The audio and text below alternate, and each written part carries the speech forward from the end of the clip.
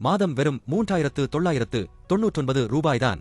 ஒரு போன், ஒரு கார், ஒரு லேட்டஸ்ட் சோபா, ஒரு ஜாலி ட்ரிப் என்று நினைத்து எல்லாவற்றையும் வாங்குகிறோம். ஆனால் 5 வருடங்கள் ஓடிவிட்டது. நீங்கள் லட்சக்கணக்கில் இஎம்ஐ கட்டிவிட்டீர்கள்.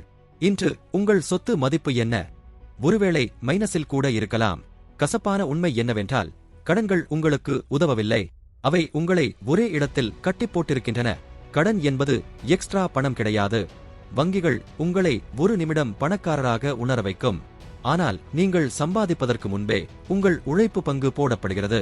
கடைசியில் உங்கள் வியர்வை மற்றவர்களின் லாபமாக மாறுகிறது. சிறு தொகைகள்தான் மிகப்பெரிய பொறே.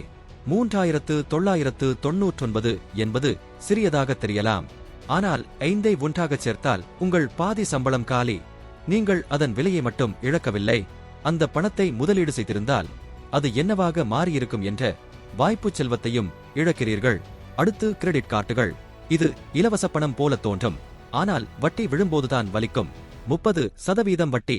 வாழ்நாள் முழுக்க அந்த கடனில் இருந்து வெளிவர முடியாது. ஒருமுறை பயன்படுத்திய பொருளுக்காக பல வருடங்கள் வட்டி கட்டிக்கொண்டிருப்பீர்கள். கடன்கள் உங்கள் வருமானத்தை மட்டும் பறிப்பதில்லை, உங்கள் சுதந்திரத்தை பறிக்கின்றன.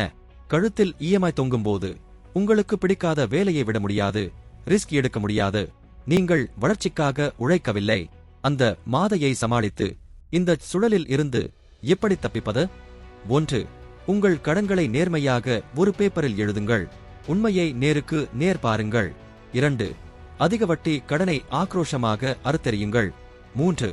கையில் பணம் இல்லை என்றால் அந்த பொருளை வாங்காதீர்கள். நடுத்தர வர்க்கம் வாழ்வதற்காக கடன் வாங்குகிறது. பணக்காரர்கள் ஆசைகளை தள்ளிப்போட்டு முதலீடு செய்கிறார்கள். நீங்கள் சம்பளத்தை உயர்த்தும் முன் கசிந்து கொண்டிருக்கும் பணத்தை தடுத்து நிறுத்துங்கள்.